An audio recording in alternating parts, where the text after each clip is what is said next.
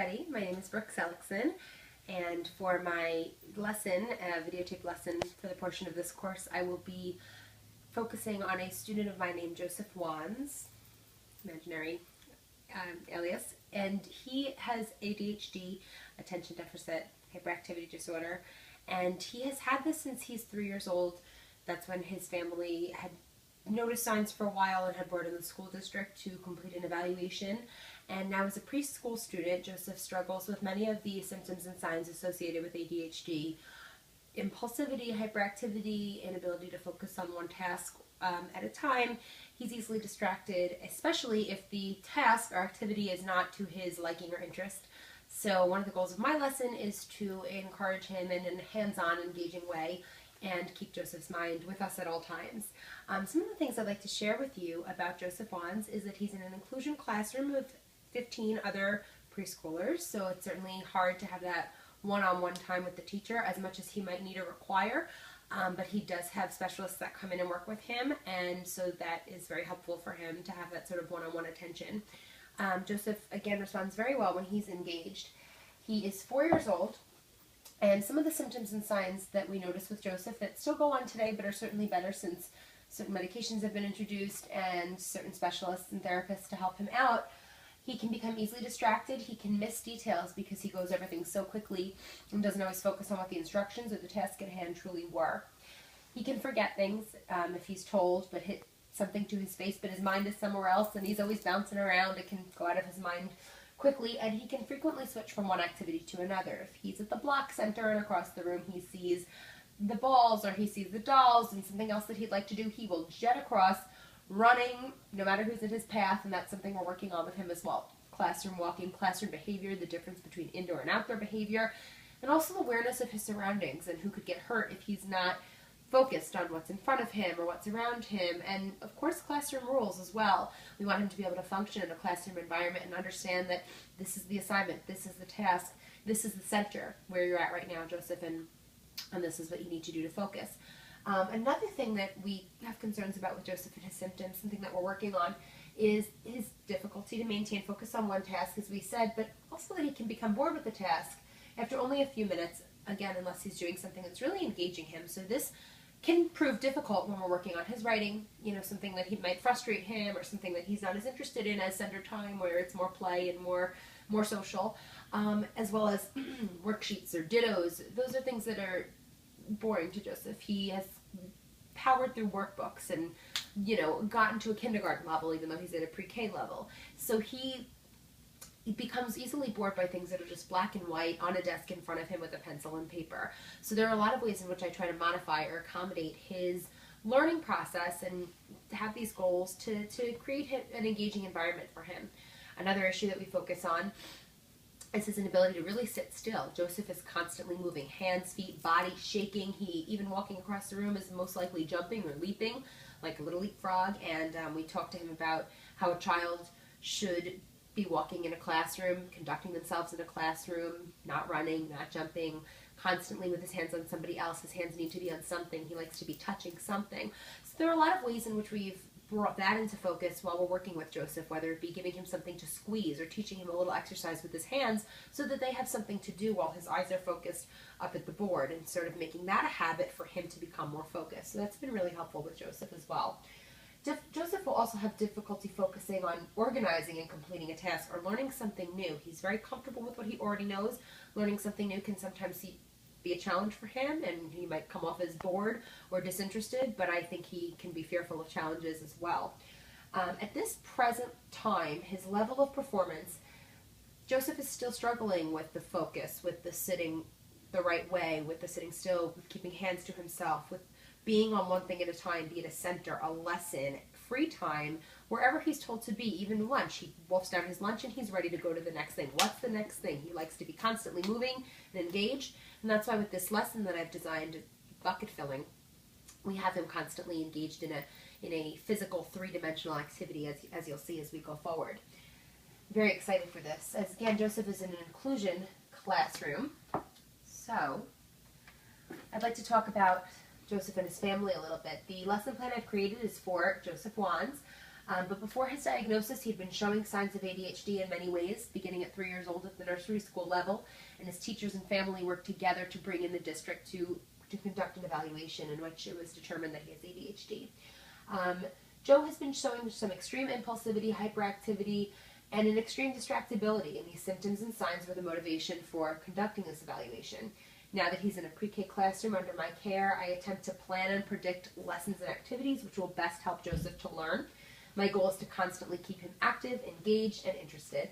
He still tends to become easily distracted by anything but the task at hand. So at present, this is what we're working on in his present level of performance. Here are the goals for this lesson, as I was designing it and keeping Joseph in mind, and also keeping in mind that it's an inclusion classroom, so it also has to appeal to the class as a whole, as well as meeting specific differentiated instruction for Joseph's specific needs and his IEP goals as well. The first modification that I'm going to put into place, and it's working towards the first goal of this lesson, is that often Joseph, as we've spoken about, can be antsy or uncomfortable in his own seat. A modification which has been put into place to help him is a seat cushion, which gives him a little more bounce rather than a hard wooden chair, which is what the other children do have. He seems to have a natural desire to just bounce up and down. And for the story and listening portion of this lesson, I feel the seat cushion will greatly help Joseph in his focus. Number 2 is the second goal, second modification. As Joseph is so active and he likes to move and touch items in the surroundings, one of my goals is to keep him constantly engaged. For this reason, I will create this lesson which has not just a visual stimuli, but an active and sensory stimuli as well. As a connection piece of this lesson, each child will be given a picture or a video to watch and asked whether the actions seen in the picture or video were an example of being a bucket filler, which we'll learn about through our lesson.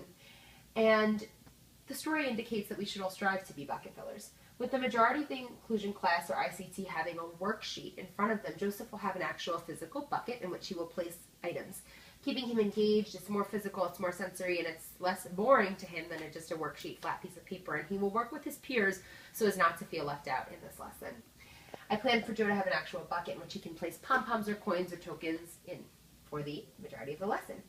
So now that we've learned a little bit about Joseph, let's go to our lesson. This lesson is based on this story, Have You Filled a Bucket Today? So, good morning, boys and girls. We are going to begin a lesson today. Has anyone ever heard of the word bucket filler before?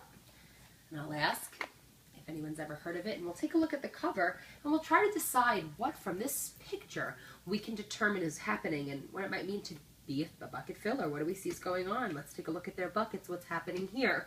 I always ask my students what the author does and give them the author's name. So the author is Carol McLeod, and I'll call on somebody to tell me what the author of a story does, writing the words, writing the story, and what the illustrator does, David Messing, and that the illustrator is responsible for the pictures in our story. All day long, everyone in the whole wide world walks around carrying an invisible bucket. You can't see it, but it's there. You have a bucket. Every member of your family has a bucket. Your grandparents, friends, and neighbors all have a bucket. Everyone carries an invisible bucket. Now, I can't see yours and you can't see mine, but we all have one. Your bucket has only one purpose, boys and girls, and that's to hold all of your good thoughts and your feelings about yourself. You feel very happy and good when your bucket is full, but you feel very sad and lonely when your bucket is empty. And other people feel the same way too. They're happy when their buckets are full, but they're very sad when their buckets are empty. It's great to have a full bucket, and this is how it works. You need other people to fill your bucket, and other people need you to fill theirs. So how do we fill a bucket? Any ideas? And I'll reiterate here at this point in the story that the story's already told us that bucket filling is about making others feel good, sharing, giving, and filling up your own bucket by doing good deeds. So we'll ask for some examples at this point. And now the story will give us some. You fill a bucket when you show love to someone, when you say or do something kind, or even when you give someone a smile. That's being a bucket filler. A bucket filler is a loving, caring person who says or does nice things that make others feel special. When you make someone feel special, you're filling a bucket. Boys and girls, what are some ways, raise hands please, that we can make others feel special? Thank you, very good. But, oh no, you can also dip into a bucket and take out some of the good feelings. What are some ways in which you might dip into a bucket? What are some things that might take away some of all these good feelings we're talking about? That's right. You dip into a bucket when you make fun of someone. Yes, sure. When you say or do mean things or when you ignore someone. That's being a bucket dipper.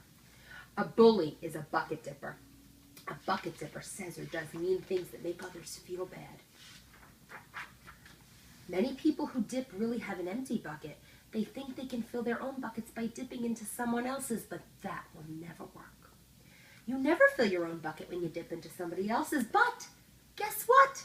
When you fill someone's bucket, you fill your own bucket too. You feel good when you help others feel good. And all day long, we are either filling up or dipping into each other's buckets by the things that we say and we do. So try to fill a bucket and see what happens. You love your mom and dad or your grandma or your grandpa or your friends. Why not tell them that you love them, and you can even tell them why. Your caring words will fill their buckets right up. Watch for smiles to light up their faces. You will feel like smiling too. A smile is a good clue that you've filled a bucket. If you practice, you will become a great bucket filler. Just remember that everyone carries an invisible bucket, and think about what you can say or do to fill it. Here are some ideas for you. You could smile and say hi to the bus driver. He has a bucket too. You can invite the new child at school to play with you. Nice, right? You could write a thank you note to your teacher. Oh, just an idea. You could tell your grandpa that you like to spend time with him. Just like we saw on the cover, like we talked about. That's what was going on. Yes, there are many ways to fill a bucket. Our pages here. Bucket filling is fun and easy to do. It doesn't matter how young or old you are. It doesn't cost any money, and it doesn't take much time. And remember, when you fill someone else's bucket, you fill your own bucket too. When you're a bucket filler, you make your home, your school, and your neighborhood better places to be.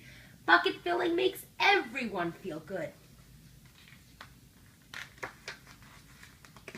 So why not decide to be a bucket filler today and every day? Just start each day by saying to yourself, I'm going to do something to fill someone's bucket today. And at the end of each day, ask yourself, did I fill a bucket today? Yes, I did. That's the life of a bucket filler. And that's you. Yay, let's give each other a hand. Excellent, excellent listening, boys and girls. I'm very proud of you. Now, here's what I'd like to do. We talked about being a bucket filler.